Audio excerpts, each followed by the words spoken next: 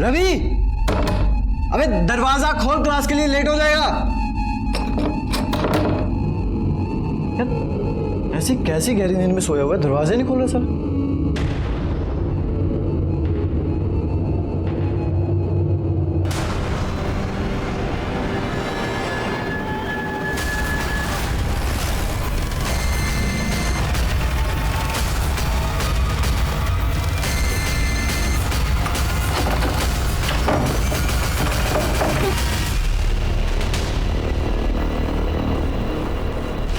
Body को नीचे उतारो।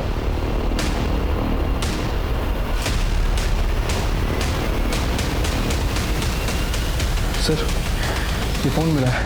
इसको एविडेंस पाउच में डाल दो और देखो कहीं सुसाइड नोट लिख के रखी है क्या। ठीक है। कपिल, ये लड़का कहाँ का रहने वाला था? नासिक। उसके फैमिली को इन्फॉर्म कर दो। जी सर। सर, पूरे कमरे की तलाशी ले ली और बॉडी को भी चेक किया है, लेकिन सुसाइड नोट नहीं मिला है। बॉडी को पोस्टमार्टम के लिए भेज दो। अच्छा, बॉडी को किसने देखा था सबसे पहले? सर, मैंने। सर, रवि रूममेट था मेरा। कल रात जब लैपटॉप में मूवी देख रहा था मैं तो। अरे यार, तू फिर से यहाँ पे फिल्म देखने लग गया है। कल एकता मैम मेरा टेस्ट लेने वाली है, तू बाहर जा, मुझे पढ़ाई करनी। यार हमेशा पढ़ाई करनी है। ठीक है, मेरे नाम का पढ़ लेना तू। जा रहा हूँ मैं। तो आप रात भर हॉल में थे, रूम में नहीं गए? सर, रूम में तब जाता जब वो दरवाज़ा खोलता। रात को 2:30 बजे जब मूवी खत्म हुई तो मैंने दरवाज़ा नॉक किया, उसको आवाज़ भी लगाई, लेकिन उसने दरवाज़ा नहीं खोला तो मैं बाहर हॉल में ही सो गया। फिर सुबह क्या हुआ? मैं विंडो से देखने गया कि वो दरवाज़ा क्यों नहीं खोल रहा है। जब मैंने विंडो से देखा तो वो पंखे से लटका हुआ था। सर, मैंने सरला मैम को इन्फॉर्म किया। तुम रवि के रूममेट हो ना, तो उसके बारे में काफ़ी कुछ जानते हो। क्यों सुसाइड किया होगा उसने? मुझे तो यकीन नहीं हो रहा है कि उसने सुसाइड कर लिया। उसकी लाइफ में कोई प्रॉब्लम नहीं थी, ना ही कोई उसको बुरी आदत थी। सीधा साधा खुश रहने वाला बंदा था सर। नई मूवी आई है क्या?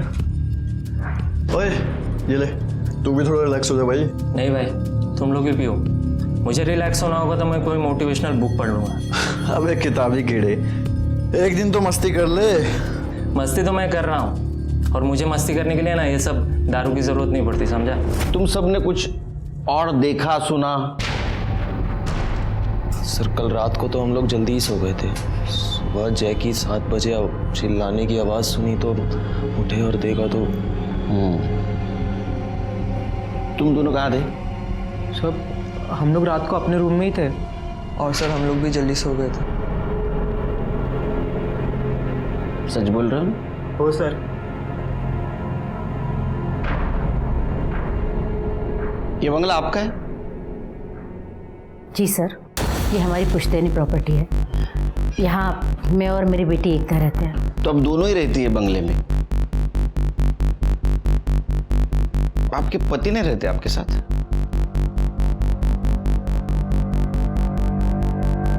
नहीं सर, हम लोग 5 साल से अलग रहते हैं।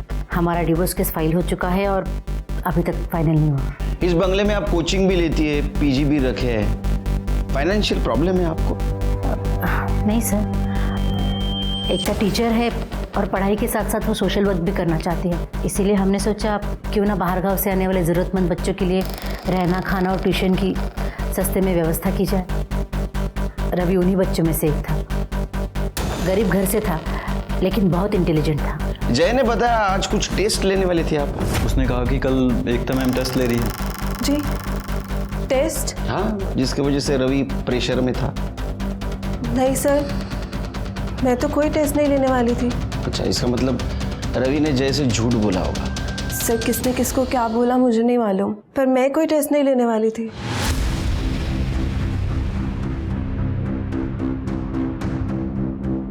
आप इतनी घबरा क्यों रही है? नहीं सर, मैं घबरा नहीं रही हूँ। वो इतना बड़ा हादसा हो गया तो बस थोड़ा डर गई हूँ।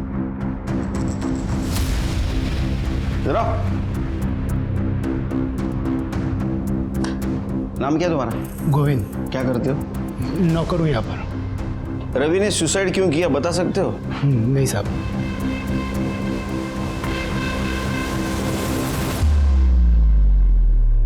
नमस्कार, मैं सीनियर इंस्पेक्टर सुनील केलकर। जब मेरी पोस्टिंग माटुंगा के पुलिस स्टेशन में थी, रवि का यह केस मेरे पास आया। ऊपर से आत्महत्या लगने वाला ये केस अपने आप में बहुत सारे संगीन राज छुपाए बैठा था, जिसे देखकर मैं हैरान हो गया। चिरके, मुझे सब लोग तो नॉर्मल लगे, सिवाय उसका रूममेट जय, निखिल और देवेश। वो काफी घबराए हुए लगे। क्या वजह हो सकती है उनकी घबराने की? एक काम करो, उनका मोबाइल डाटा चेक करो, पता चलेगा। ठीक है सर। वैसे सर वो रवि के फ़ोन को चेक किया है, लेकिन उसके फ़ोन में कुछ मिला नहीं है सर। और सर सबसे अजीब बात, उसके फ़ोन में ना तो कोई फ़ोटो है, ना कोई वीडियो, ना कोई टेक्स्ट मैसेज। फ़ोन पूरी तरह से खाली है उसका। पूरी तरह से खाली है? मतलब हमारे काम की कोई चीज़ हो सकती है। आत्महत्या की वजह? एक काम करो, उसका मोबाइल डाटा रिकवर करो। ठीक है सर। सर रवीचे आई वडील आलेत.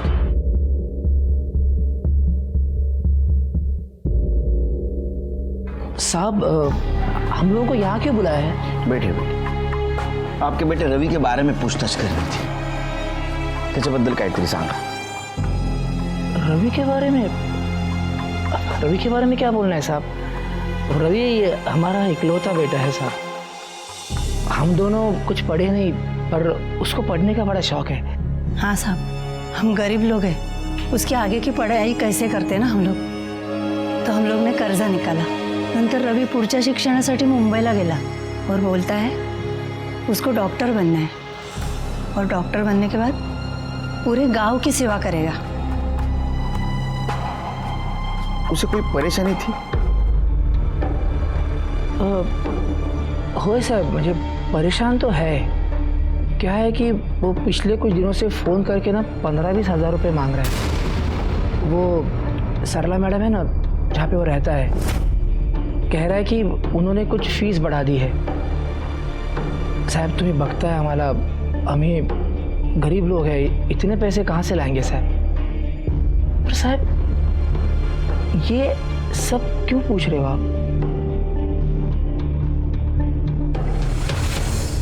आपके बेटे रवि ने आत्महत्या की है,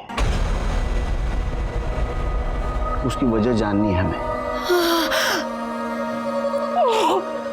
अरे देवा! रवि! रवि! रवि! रवि! क्या हुआ आपने रवि को? रवि तू नहीं जा सकता हम लोग को छोड़ के। रवि! रवि! साहब मेरा बेटा मरा नहीं है, वो खुद को मार नहीं सकता साहब। ये वो क्लास में जाता था ना मैडम के पास, वहाँ कुछ गड़बड़ हुआ है, उसके साथ कुछ गलत किया है साहब, उसको मारा गया है साहब। मेरा बेटा मर नहीं सकता साहब, नहीं मर सकता मेरा बेटा। देखिए, आप फीस का टेंशन मत लीजिए, आपका बेटा इंटेलिजेंट है, उसे स्कॉलरशिप ज़रूर मिल जाएगी। और हम हैं ही ना, उन जैसे लड़कों के लिए तो हमने इंस्टीट्यूट खोला है अपना। झूठ बोल रही है औरत, ये सबसे मीठी मीठी बातें करती है और सबसे पैसा ऐंठती है, फंसाती है ये कैसे? ये रवि के पेरेंट्स का कहना था कि आपने एक्स्ट्रा फीस मांगी है और उसकी वजह से रवि परेशान था। नहीं सर, एक्स्ट्रा फीस वाली कोई बात ही नहीं थी। आप चाहिए तो बाकी बच्चों से बात कर सकते हैं। हो सकता है रवि ने अपने पेरेंट्स से फीस के नाम से कुछ एक्स्ट्रा पैसे मांगे हो, और इसीलिए शायद उन्हें लगता हो कि उसने फीस की वजह से आत्महत्या की।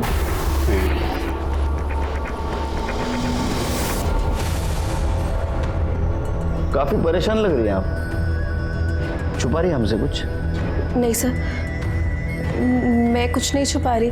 वो बस जिस तरह से रवि के पापा ने माँ पर हमला किया उससे डर गई हूँ। वो तो रिएक्ट करेंगे, उनका इकलौता बेटा जो था रवि, नेचुरल है। लेकिन एक चीज़ मुझे नेचुरल और नॉर्मल नहीं लग रही। रवि ने जैसे कहा था टेस्ट है, मुझे पढ़ाई करनी है, इसलिए जब बाहर के रूम में आके बैठा था। आप कह रही टेस्ट नहीं थी। रवि के पेरेंट्स का कहना है आपने एक्स्ट्रा फीस मांगी थी, इसलिए रवि परेशान था। आपका कहना है मैंने एक्स्ट्रा फीस नहीं मांगी थी। सच क्या है? सच बताइए, ये तो अंदर करना पड़ेगा। पाटिल मैडम। सर आप ये कैसी बातें कर रहे हैं? हम कोचिंग के नाम से सोशल सर्विस करते हैं और आप हम ही पर इल्ज़ाम लगा रहे हैं। आप चाहिए तो बाकी बच्चों से पूछ लीजिए। गोविंद, बुलाओ सबको। जी क्या गोविंद? नमस्कार सर। कैसा है? ठीक है, बच्चों को बुला।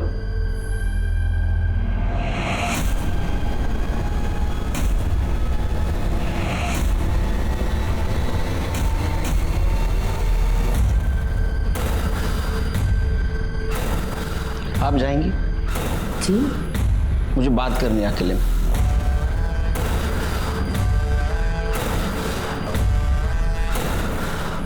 टीचर ने एक्स्ट्रा फीस मांगी थी आपसे? अच्छा, एकता टीचर कैसी है? अच्छी है सर। दिखने में नहीं, पढ़ाई में प्रेशर देती है पढ़ाई के लिए? नहीं सर। फार होशियार मुला तुम। गुड। सिरके, या तो ये लड़के झूठ बोल रहे या तो रवि किसी बात से जरूर परेशान था, इसलिए अपने माँ बाप से पैसे मांग रहा था। सर ये भी तो हो सकता है कि सरला सच बोल रही हो, ये लड़के पैसों के नाम पे अय्याशियां करना चाहते हो और इसीलिए अपने माँ बाप से पैसे मांग रहे हो। नहीं, लेकिन एक बात तो साफ है कि ये रवि करियर ओरिएंटेड लड़का था, लेकिन किसी बात से जरूर परेशान था, कुछ उसके दिमाग में चल रहा था। एक काम करो शिरके, उसका मोबाइल डाटा रिकवर करवाओ, शायद हमें कुछ ऐसी चीज मिले जिससे पता चल सकता है कि इस बंगले में चल क्या रहा था। हाँ मैडम कह रहे, मैंने किया। कौन से मैडम की बात कर रहे हैं? सरला या एकता? पता नहीं सर, वीडियो के साथ जो मैसेज आया उसमें सिर्फ इतना लिखा है, I have the proof, you will pay. अब ये वीडियो तुम्हारे पेरेंट्स को दिखाऊंगी। कौन से मोबाइल से आया वीडियो? सर ये एकता शाह के मोबाइल से आया। एकता शाह? शिरके, अगर ये मैसेज एकता शाह के मोबाइल से आया है तो उस पर केस बनेगा, आत्महत्या के लिए उकसाने का। एकता टीचर्स ट्रेनिंग के लिए गई है। कब और कहाँ? कल सुबह भांडारकर इंस्टीट्यूट पुणे। वो ट्रेनिंग हमेशा वहीं होती है। कदम, इंस्टीट्यूट में फोन लगा और एकता को लाइन पे ले लो। सर लेकिन आप ये सब क्यों पूछ रहे हो? शिरके, दिखाओ क्यों पूछ रहे हैं। हाँ मैडम कह रहे, मैंने किया।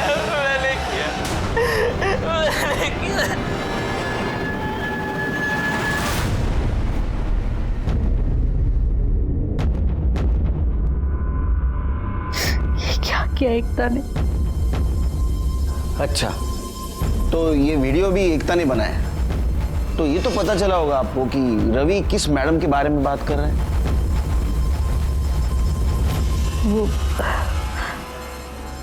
वो मेरे बारे में ही बात कर रहा था सर। 3 अप्रैल को जब एकता घर आई तो रवि, तुम माँ के रूम में क्या कर रहे थे? रवि, रवि, माँ, माँ, क्या हुआ माँ? बोलो ना माँ, क्या हुआ? माँ क्या हुआ? बोलो। रवि ने मेरा रेप किया है।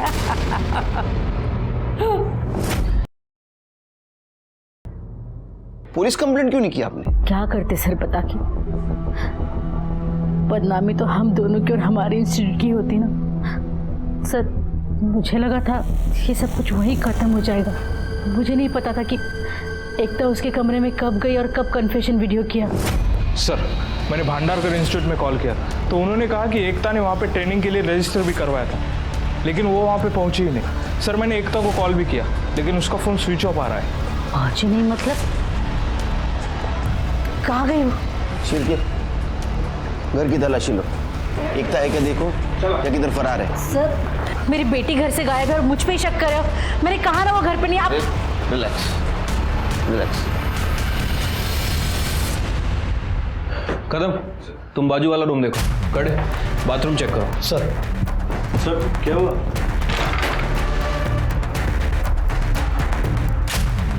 सर बाथरूम में कोई नहीं। सर उस रूम में भी कोई नहीं। तुम लोग इतना घबरा क्यों रहे हो? सर वो आप एकदम अचानक से आ गए तो। एकता कहाँ है? सर हमें कैसे पता होगा? नहीं पता हमें। चलो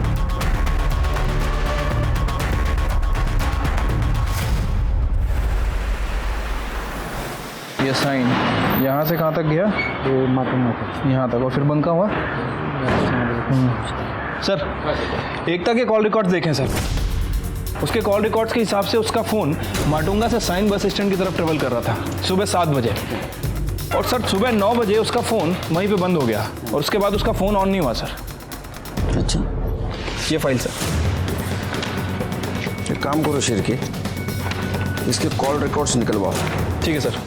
वैसे सर उन तीनों लड़कों के भी कॉल रिकॉर्ड्स आ गए हैं और इस बारे में मैंने उनके पड़ोसियों से भी पूछताछ की है। वो तुकाराम भी सच कह रहा था सर। इन तीनों लड़कों ने अपने माँ बाप से 15 से 20 हज़ार रुपये मांगे थे फीस के लिए। और सर इन तीनों लड़कों के फ़ोन रिकॉर्ड्स में एक नंबर कॉमन है, ये। इस नंबर से इन्हें फ़ोन भी आते थे और मैसेज भी आते थे। जब इस नंबर के बारे में इंक्वायरी की तो पता चला किसी प्रकाश पाटिल का नंबर है, लेकिन सर एड्रेस जो दिया था वो पूरी तरह से फेक है। और सर जिस दिन रवि ने सुसाइड किया, इसी नंबर से उसे फ़ोन भी आया था और मैसेज भी आया था। रवि ने मरने से पहले अपने बाप तुकाराम से बात की, तुकाराम के बाद रवि के फ़ोन पर मैसेज आया और उसके बाद रवि ने सुसाइड किया। और तब से लेके अभी तक यह नंबर अभी तक एक्टिव नहीं हुआ सर। इसका मतलब ये तीनों लड़के हमसे झूठ बोल रहे थे। शिरके, तीनों को उठा के ले गया।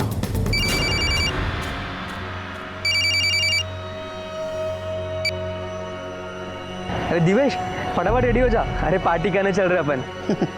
देवेश पार्टी वेन्यू पे पहुंच चुका है, तू भी आजा। Matunga police station.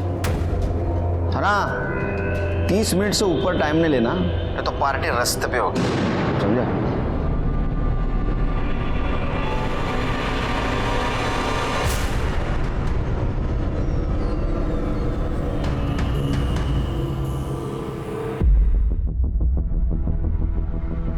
Shirke, hair style देखी?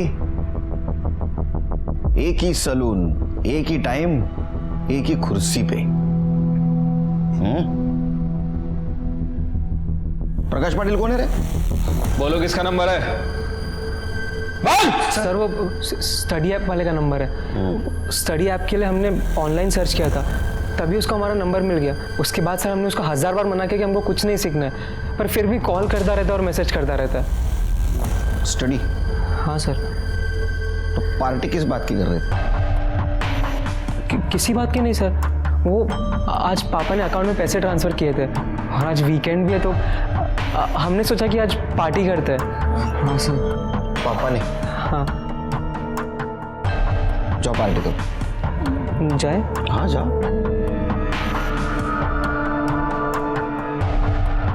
शिरके, इनके बैंक डिटेल्स निकालो। झूठ बोल रहे हैं हमसे, छिपा रहे कुछ तो भी।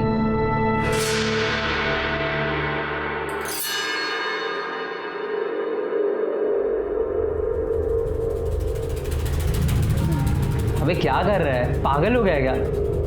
थोड़ा बैठ और चिल मारना, छोड़िए सब। यार बैठ। तुम लोगों को यहाँ पे रहना रहो, लेकिन मैं यहाँ नहीं रह सकता। जब से साला रवि ने इस पंखे पे लटक के अपनी जान दी ना, मुझे इस रूम में घुसने से भी डर लगता है। क्या पता साले की आत्मा यहीं बगल में बैठी हो। नहीं, मैं यहाँ नहीं रह सकता। और ऊपर से तुम लोगों ने पुलिस से भी झूठ बोल दिया। यार मुझे इन सब लफड़ों में नहीं पड़ना यार, मैं जा रहा हूँ। अरे सुन यार, पहले बैठ बैठ भाई, तू बैठ। सुन, तेरे भाई ने ना सब इंतजाम कर लिया, समझा? एक काम कर, बियर पकड़, बियर पी और ठंडा हो जाना, क्यों इतना टेंशन ले रहा है?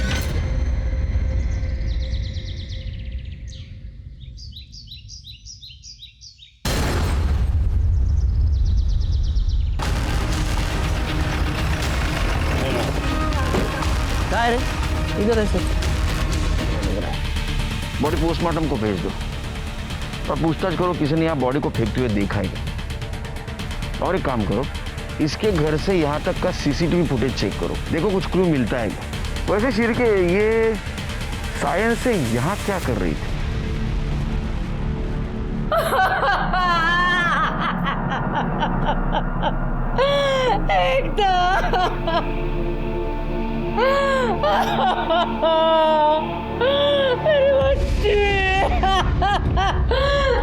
एकदम मुझे छोड़ के नहीं जा सकती। देखिए मैडम, संभालिए अपने आप को और एकता के मर्डरर को ढूंढने में हमारी मदद कीजिए।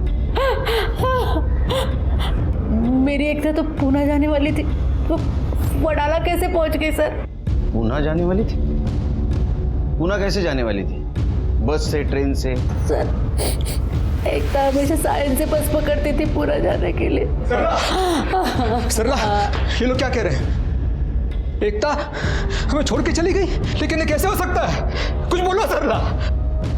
आप कौन? सर मैं एकता का फादर। सर एकता के कातिल को ढूंढ निकालिए सर। वो मेरा सब कुछ थी सर, उसके अलावा मेरा कोई नहीं। सरला के साथ तो सब खत्म हो चुका है। कब का ये एकता ने रवि के कन्फेशन का वीडियो बनाया, सरला का रेप किया है और उसके बाद में रवि ने सुसाइड कर लिया और जिसने वीडियो बनाई उस एकता का भी मर्डर हो गया। बॉडी वडाला में मिली, इसका मतलब वो पुणे नहीं गई, ये कंफर्म है। सिर्फ एक काम करो, एकता का पीएम रिपोर्ट आने के बाद उसका मर्डर लोकेशन और तुकाराम का लोकेशन मैच होता है कि देखो।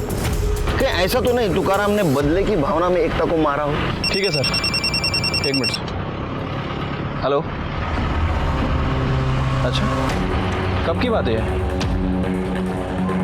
ठीक है सर, वो निखिल के बैंक अकाउंट के बारे में एक बात पता चली है सर। वो निखिल ने हमसे कहा था कि उसके फादर ने उसके अकाउंट में 75,000 ट्रांसफ़र किए। वो आज पापा ने अकाउंट में पैसे ट्रांसफ़र किए थे। लेकिन सर वो ट्रांजेक्शन उसके फादर ने नहीं बल्कि एकता के फादर शाह ने किया था।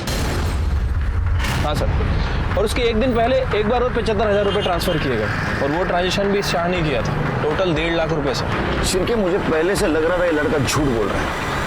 क्या निखिल ने पुलिस स्टेशन में बोला? क्यों रे, तू तो उस दिन बोल रहा था तेरे पापा ने पैसे दिए। सुरेश शाह तेरा बाप है?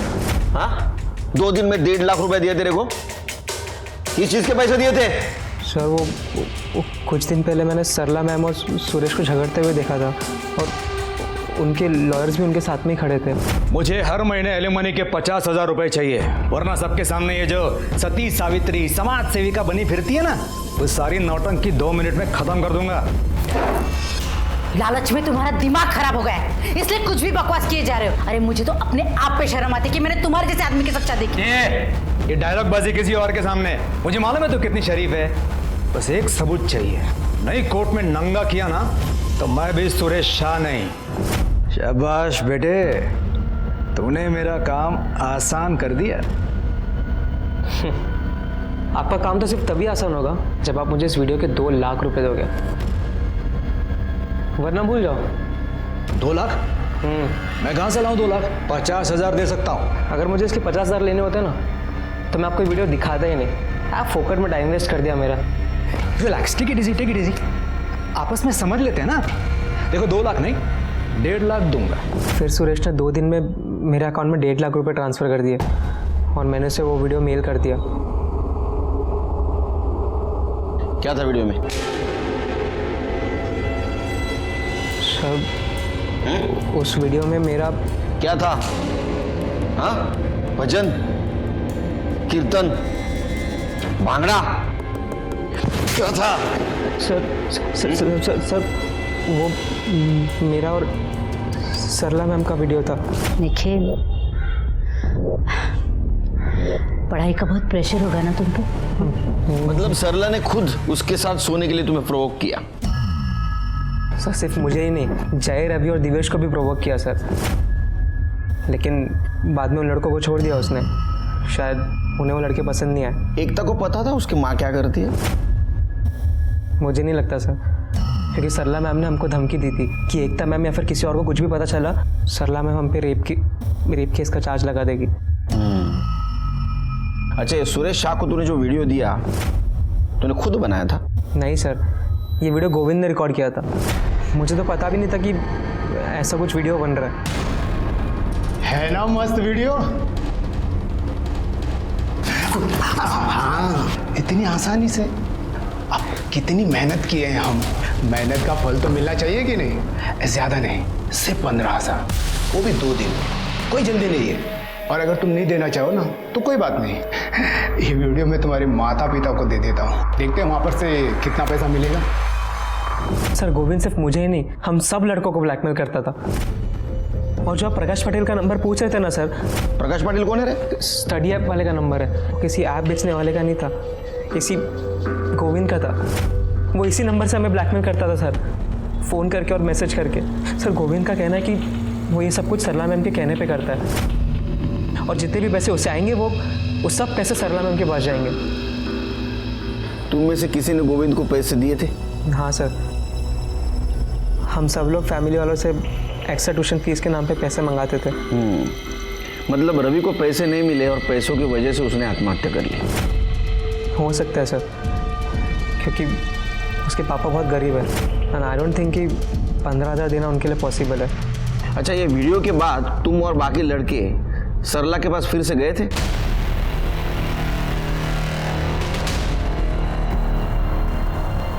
कितनी बार?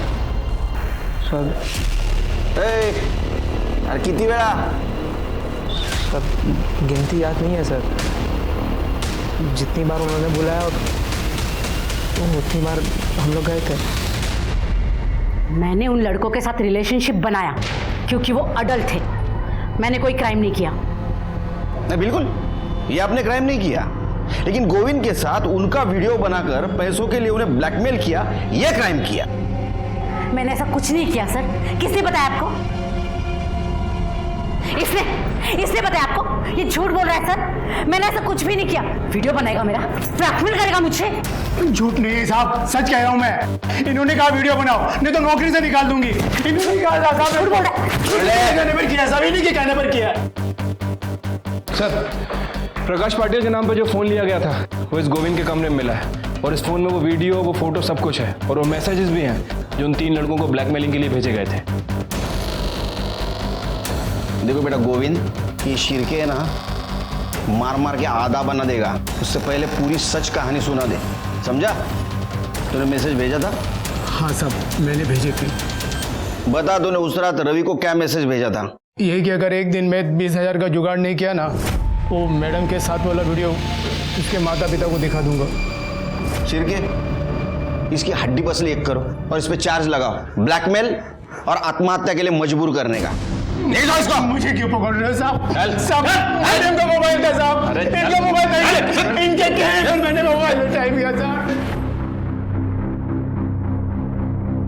आपको पता है आपने क्या किया? देखिए सर, मैं गोविंद नहीं हूँ। मुझे भी लॉ के बारे में थोड़ा बहुत पता है, और वो जो चारों लड़के हैं ना, वो 18 साल के ऊपर के हैं। हमारे बीच में जो भी हुआ है हमारी मर्जी से हुआ है। मैंने किसी के साथ कोई जबरदस्ती नहीं की, मैंने कोई इल्लीगल काम नहीं किया। आपकी वजह से रवि की जान गई। आपकी बेटी आपको इनोसेंट समझती थी, और रवि से कन्फेशन के चक्कर में वो खुद कल्प्रिट बन गई, इसीलिए उसका मर्डर हुआ होगा। आपने दूसरों का नहीं, खुद का घर उजाड़ा है। आजकल सब पुलिस को लॉ सिखाते हैं।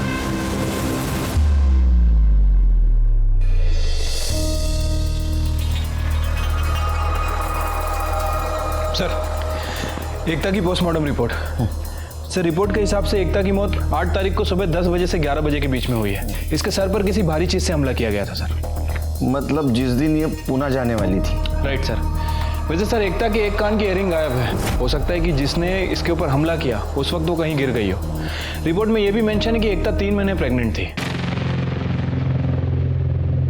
क्या सरला को ये बात पता थी एकता प्रेग्नेंट है? पता नहीं सर, हो भी सकती है और नहीं भी।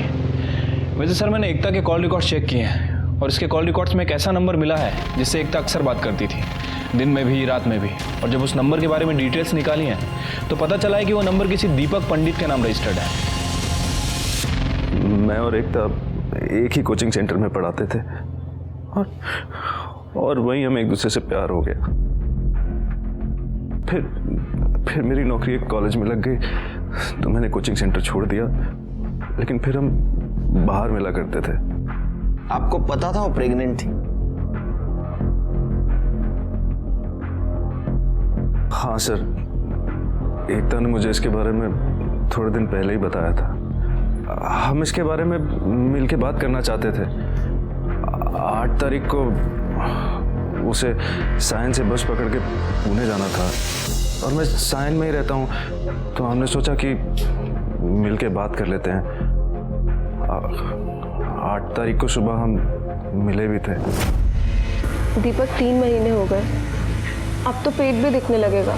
तुम बताओ मैं कब तक रिलैक्स एकता, तुम इतनी टेंशन क्यों ले रही हो?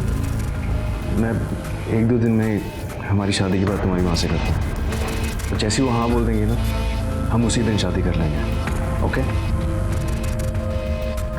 अच्छा चलो मैं चलती हूँ, वरना लेट हो जाऊंगी। और पुणे पहुँचते ही तुम्हें कॉल करती हूँ। फ़ोन भी गया, जल्दी जल्दी में चार्ज करना ही भूल गई। अच्छा कोई बात नहीं, पुणे जाके चार्ज कर लेना। उसके बाद मैं उसे बस स्टैंड छोड़ के चला गया। वहां से कहाँ गए? वहाँ से मैं सीधा कॉलेज चला गया था सर। पर वहाँ जाके मैंने उसे बहुत बार फ़ोन ट्राई किया, मगर उसका फ़ोन स्विच ऑफ आ रहा था। मुझे लगा शायद चार्ज करना भूल गई होगी। फिर सोचा एक बार मुंबई वापस आ जाएगी तो बात कर लेंगे, मगर वो तो वापस आई नहीं सर। बस अगले दिन उसके मर्डर की खबर मैंने न्यूज़पेपर में देखी। तो तू एकता के घर पे भी नहीं गया, हमारे पास भी नहीं आया, यही प्यार था तेरा? रवि, जो कि लालच और हवस का शिकार हुआ था, जिन पर उसने भरोसा किया उन्होंने उसे धोखा दिया। ये रवि का तो केस सॉल्व हो गया, लेकिन एकता के केस में हमारे पास जो सस्पेक्ट था उसके खिलाफ हमारे पास ठोस एविडेंस नहीं था। दीपक के अलावा एकता की जिंदगी में बाहर का कोई इंसान नहीं था जिसके पास उसके मर्डर का मोटिव हो। इसलिए हमने सरला और सुरेश को खंगालने का डिसीजन लिया। आप क्यों मेरे पीछे हाथ धोकर पड़े? भला मैं क्यों मारूंगी अपनी बेटी को? क्योंकि आपने झूठ बोला आपके साथ रेप हुआ है, बल्कि आपने रवि और उसके दोस्तों को यूज किया। हाँ करती थी, तो एकता को इसके बारे में कुछ भी पता नहीं था। उल्टा वो मेरे लिए अपने बाप से लड़ गई थी। मतलब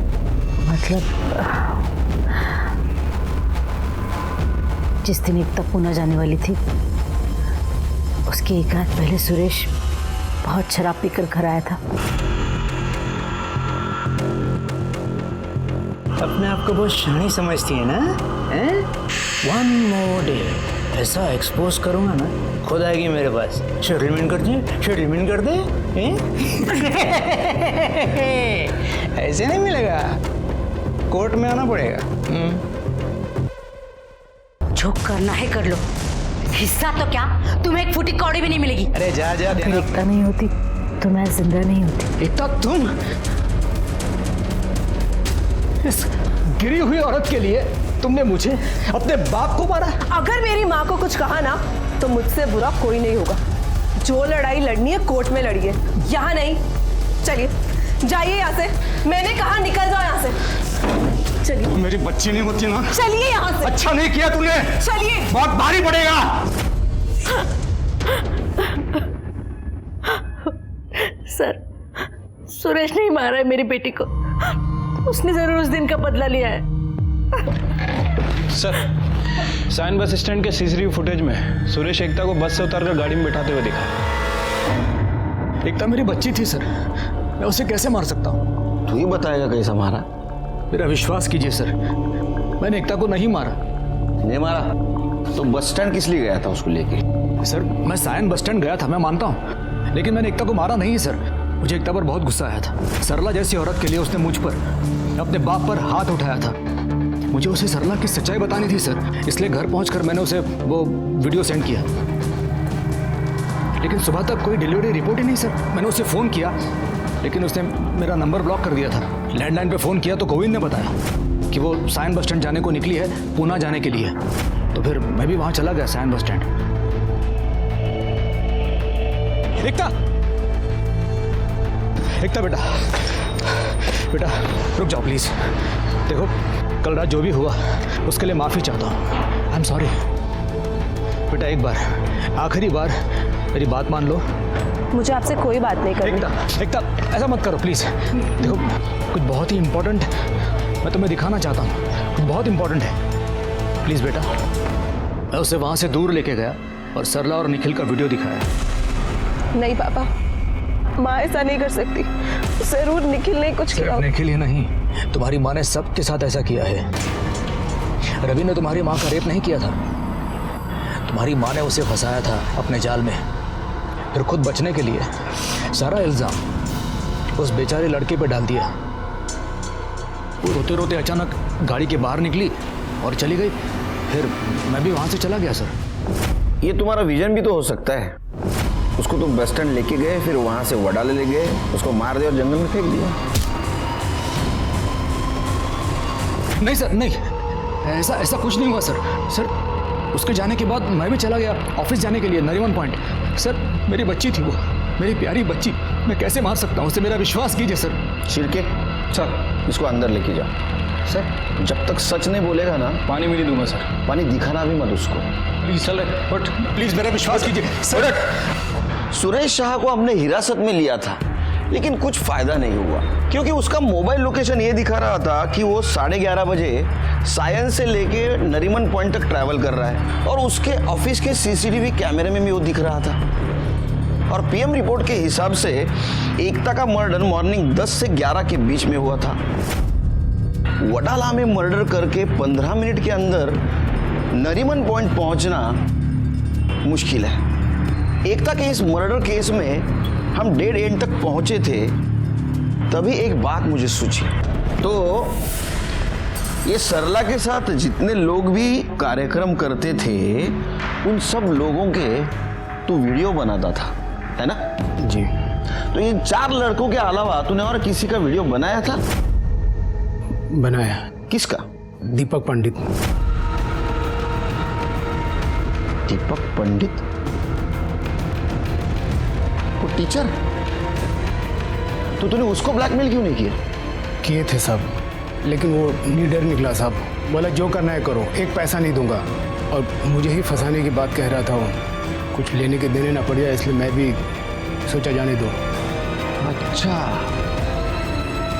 सिरके, इसका मतलब ये दीपक का अफेयर सिर्फ एकता के साथ नहीं, उसकी माँ सरला के साथ भी चल रहा था। जब मैं उसका ट्यूशन देने जाता था तो मेरा सरला के साथ रिलेशन था। तो ट्यूशन बंद हो गई, तेरा ये सब कुछ बंद हो गया, तो उसको मिला नहीं? मिला ना, लेकिन मेरा उसके साथ कोई अफेयर शफेयर का लफड़ा नहीं था। मैंने डिसाइड कर लिया था कि मुझे एकता से शादी करनी है। मैंने सोच लिया कि ये सब काम मैं छोड़ दूंगा। देखा सिरके, कितना जेंटलमैन आदमी है ये, ईमानदार। चल सुना, ईमानदारी की कहानी सुना।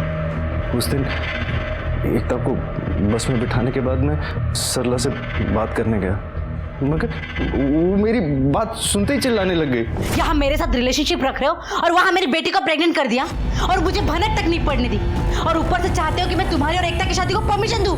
कतई नहीं। हाँ, तुम्हारी परमिशन इसलिए जरूरी है क्योंकि तुम उसकी माँ हो। और ऐसे क्या चिल्ला रही हो?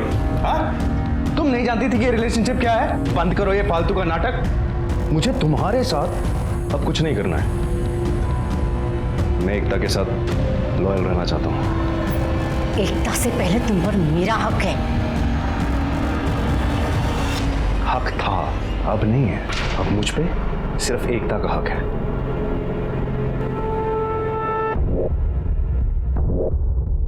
अच्छा, तो फिर एक आखिरी बार, फिर तुम्हें जहाँ जाना है वहां तुम चले जाओ। मैं जानता था कि मतलब पापा बिल्कुल ठीक है। आप मेरे स्टूडेंट्स के साथ, स्टूडेंट्स तो छोड़िए, आपने मेरे बॉयफ्रेंड तक को नहीं छोड़ा। और तुमने जब मुझे प्रपोज किया था, तब से तुम मेरी माँ के साथ। एकता प्लीज एक बार मेरी बात सुन लो। एकता, चले जाओ यहाँ से, और आइंदा मुझे अपनी शक्ल मत दिखाना। मैंने आज से पहले एकता को कभी इतने गुस्से में नहीं देखा था। मैंने उसका बहुत दिल दुखाया सर। मैं जानता था कि वो मुझे कभी माफ़ नहीं करेगी। फिर मैंने सोचा शायद टाइम के साथ साथ सब ठीक हो जाएगा, मगर मुझे वो मौका ही नहीं मिला। क्या प्रूफ है तू वहां से निकला था? हाँ, नहीं, ऐसा भी तो हो सकता है कि तेरे को एकता ने देख लिया उसके माँ के साथ, तुझे लगा वो अपनी बदनामी हो जाएगी, तूने एकता को मार दी। सर मेरे पास कोई प्रूफ नहीं है, लेकिन मैं एकता को मार नहीं सकता सर। सर मैं उससे बहुत प्यार के पंछी, बहुत होगी तेरी कहानी। पिछली बार भी यही सुनाया था, सब झूठ है। सच कहानी क्या है ना, लिख के रख, और तेरे को सुना नहीं हो मुझे बुला, तब तक यहीं बैठने का। कर दे, इधर बसून ठेवायला। हो सर।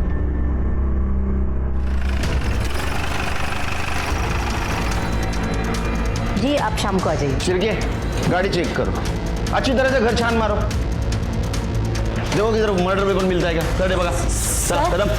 ये आप मेरे घर में से कैसे घुस सकते हैं? और ये कौन से मर्डर वेपन की बात करें आप?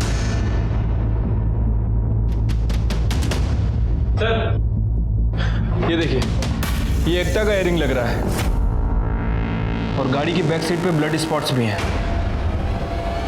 इनके गाड़ी में मिला? हाँ सर। इनको अपने गाड़ी में लो। चलो पटेल मैडम। सर मैंने कुछ नहीं किया सर। चलो मैंने कुछ किया? अरे उस दिन दीपक के जाने के बाद मेरा और एकता का बहुत झगड़ा हुआ। आपने कभी सोचा है कि आपने कितने लड़कों की जिंदगी बर्बाद की है? रवि ने आपकी वजह से सुसाइड कर लिया और आज आपने अपनी बेटे का घर बसने से पहले उजाड़ दिया। चाहती क्या है वो बोल। मैं आपको आपके किए की सजा दिलाना चाहती हूँ। मैं अभी पुलिस के पास जाऊंगी और उन्हें सब सच बता दूंगी। एकता नहीं, मुझे कुछ नहीं सुनना।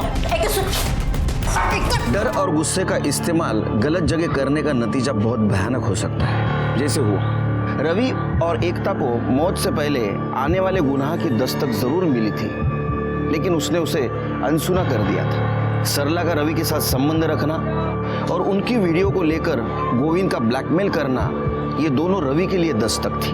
सरला का एकता को हमारे यहाँ आने से रोकना, ये एकता के लिए दस्तक थी, लेकिन दोनों ने उसे अनसुना कर दिया। अगर वो उसे पहचान पाते तो शायद वो जिंदा रहते। लेकिन ये कहना बहुत आसान है कि अगर ऐसा होता तो वैसा होता तो, लेकिन सच मानिए तो जिंदगी और मौत के बीच में सिर्फ एक दस्तक का फासला है।